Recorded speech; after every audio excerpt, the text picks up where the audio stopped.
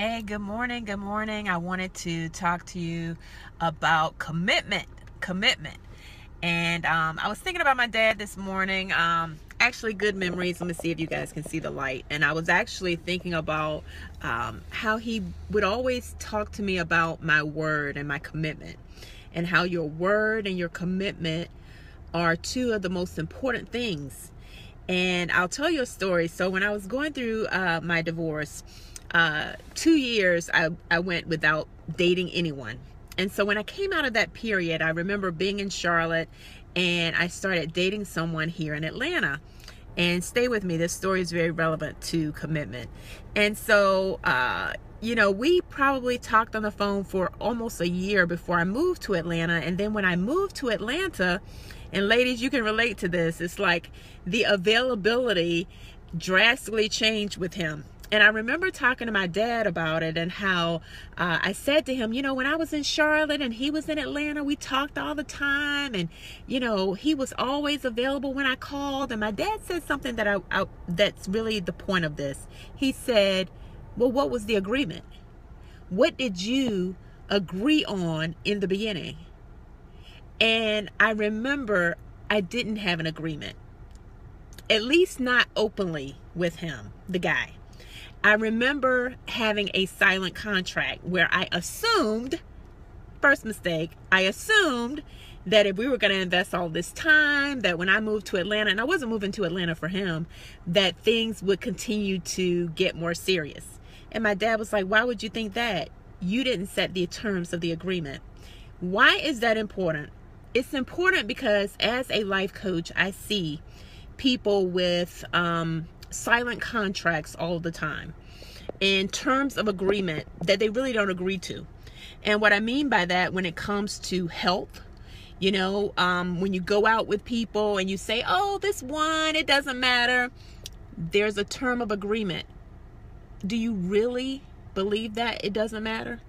Most of us don't. It does matter. For those of us who are trying to take our wellness to a different level, take our finances to a different level, it does matter.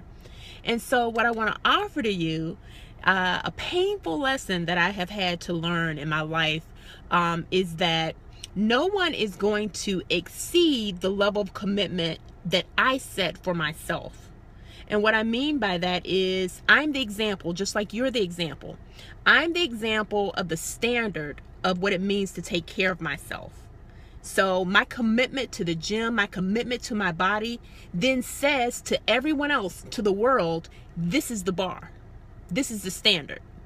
And as long as I was in that space of saying I was going to go to the gym and I didn't, of saying it didn't matter if we could just kick it and not have a commitment, but it did matter, saying that, I'll just have this, just this one time, I'll deviate, but it did matter. That life, that life of doing something that was counter to my real truth of my terms of agreement was a life that I was constantly, and maybe you can relate, you guys are giving me, a lot of emojis, where I would be mad at the other person. But just like my dad checked me that day, he was like, you can't be mad at that man. You can't be mad that now you're trying to change the terms of the agreement. You set it up that he had access to you without a clear direction about where you two were going. And now you're trying to change the script. And so while it hurt, he was telling me the truth. And so I want to offer this to you, that do you have a standard of commitment to yourself? And are your terms of agreement your truth, first of all, with yourself? Or are you like I was in that season, wondering why everyone else can't step their game up? All of our work first begins in the mirror. All of it. It's why I love what I do as a coach. And it's why I have a coach. Because no one that I know of who's playing at the top level of their life in the major categories of their life, whether it's relationships, finances, health, you have to have someone to hold you accountable to not going back into the blind spots where you have these silent contracts. And we all can be tempted to have silent contracts with people where we have an expectation that's been unexpressed. And we have terms of agreement that haven't been clearly defined. And more importantly, we have terms of agreement and standards of others that we're not demonstrating for ourselves. So I just wanted to share that with you. Teresa says, do you have a standard commitment to yourself? Yeah, that's what I'm talking about. Because how can we respectfully have a higher standard for others in the way they treat us than we have for ourselves? Even the word says to love your neighbor as yourself. And I think sometimes we get that twisted. So I cannot give a higher level than I am demonstrated. I cannot expect a higher level than I'm demonstrating. How could that be right? How could that work? Why would someone at a higher commitment level even be attracted to someone who's inconsistent? All right. So I just want to share this. Teresa says, oh my God, we have a commitment in place. Diane, yes, that's a real silent contract. Yeah. And I think those of us as women, my single sisters out there, listen, I spent years with these silent contracts, getting involved with people where I'm like, oh, it doesn't matter. Oh, yeah. No, I'm a woman of God and I enjoy commitment. But I read a lot of books that I shouldn't have read that, introduced me to game playing and, not realizing that the Word of God was enough of how to show up out here as a woman. So I don't want to go too far in that line, in that lane, but the games of don't call at a certain time. Let me tell you something. The right person, you can go straight up the middle and say, look, this is what I'm looking for. I want to be in a committed relationship. I am someone who has a lot of love to give, and I'm looking for someone who has a lot of love to give also. And a man who is in that space, he doesn't mind that contract. He doesn't mind those terms of agreement. But when you have those silent contracts of, oh, well, I'm going to give it a certain amount of time and I'm going to do this. Look, I've done it all. Okay. So, but my point is, it doesn't just, what I'm talking about applies to every area of our life. As a lifestyle coach, you guys see me working out and you see me talking about this, but I really need you to get that the working out is how I set the standard. And what I mean by that is, that's my self-care. That's my bar. That's my message to the world that, look, this is the bar. And either you come to this bar to be in my space or you don't. Now, that doesn't mean people have to work out like I do, but the respect, it's the underlying respect. The message is, this is the standard. All right? This is the bar. And there's certain levels, I coach this, that I look at my relationships like I'm in a concert in a theater. They're the people who have the front row seats. And then they're the people way in the rafters, the nosebleed section, where they get a glimpse. They can see what I'm doing, but we don't interact. Okay? So, but you set the standard just like I set the standard. And so I'm just sharing this morning on this Tuesday to offer you some transformational thinking, to really look at and do an inventory. We have 103 days left in this year. Are there areas where the bar, your terms of agreement, you're not really in agreement? I know I'm doing it for myself and it's painful. Like I said, I do this and I have someone who does it for me to really call me to the carpet to say, Cledra, you know what? Are you doing the daily activities? Is your routine supporting what you say you want? In the areas of your finances, the area of your body. I want to be a better wife. I'm reading a book now, again, The Power of a Praying Wife. I've read it several times, but you never get there. There is no there. I want to be the best wife. I want to be the best daughter. I'm reading about how you care for your parents as they get older, how you deal with the loss of a parent. All those things are going into a springboard from the workout. You see what I'm saying? I hope I'm making sense. And so as our lives and our seasons change, we have to upgrade our our ability to come into agreement with that season if you want to perform at a high level. And when I say at a high level, we get to decide what high is for ourselves. It's not judgment, but I know what I'm called to do. And I'm called to a life of abundance. And that abundance doesn't just have to deal with money, but abundant love, abundant respect, abundant, my clients, the way I show up for my clients. I want to be the best coach. So that requires, an abundant investment, right? Good morning, everyone. Good morning, Rio. So, Teresa said, a great book, The Power of a Praying Wife. Absolutely. It's a wonderful book. I'm constantly reading about how to communicate. My point to you is that I'm offering to you as a coach on this Tuesday is to really, do an inventory of your thinking and your terms of agreement and your silent contracts. I know that's a lot. That's a big bite. But I believe if you're on my page, you are someone who's going for the bigger parts of life. And you can handle all of this.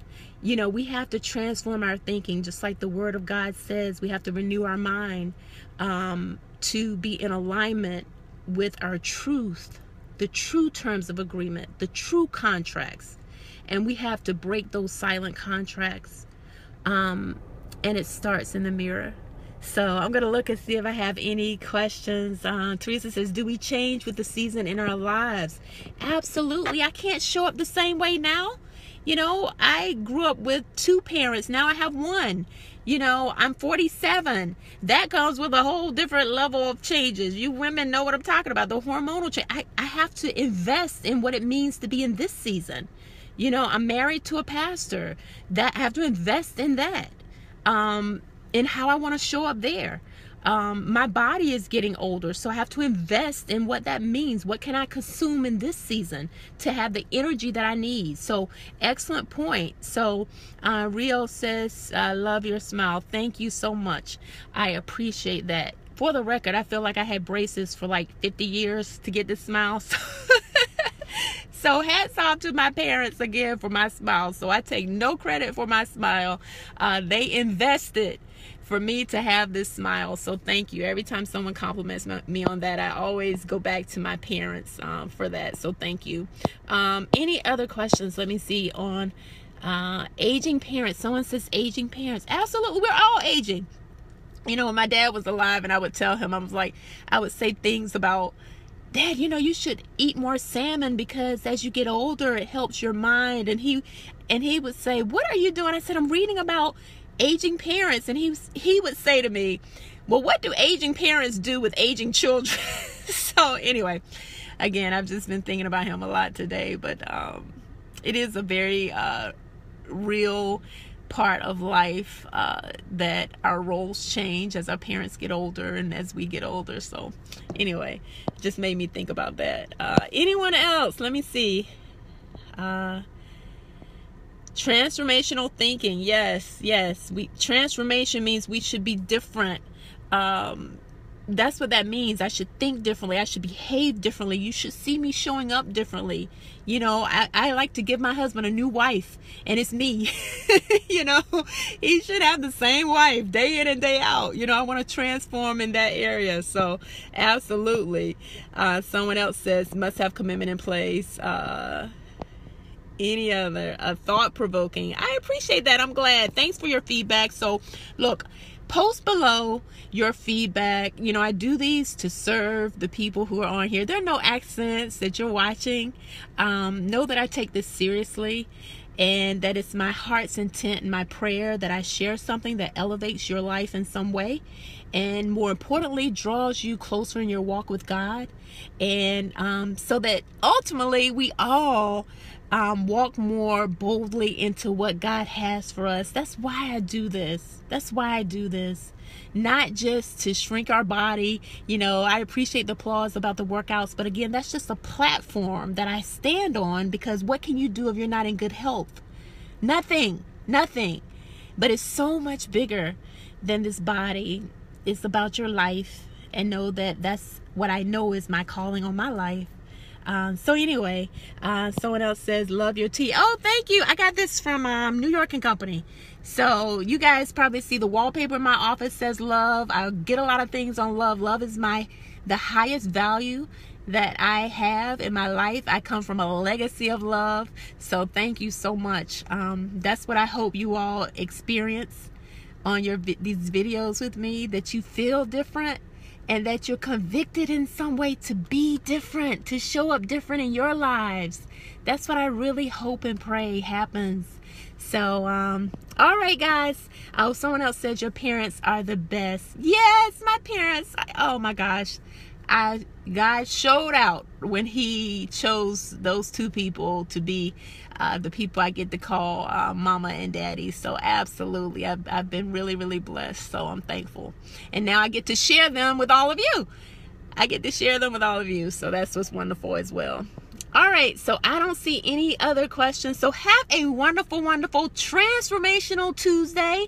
I'm excited because tonight I get to, every Tuesday night, I have my group lifestyle coaching call. I'm going to open that group again in October. If you're interested in that, if you like what you're hearing now, I do calls every week. We go deeper into this of how to change your life from the inside out. In every category. It all starts with the mind. It all starts with the inside. It all starts with the woman and the man in the mirror. So anyway, I'm gonna go. I can make this so long, but have a wonderful, wonderful new day, and God bless you. And I appreciate you for watching. I appreciate every single comment. Please share, please give me feedback, and I look forward to talking to you next time. All right, God bless. Have a wonderful day.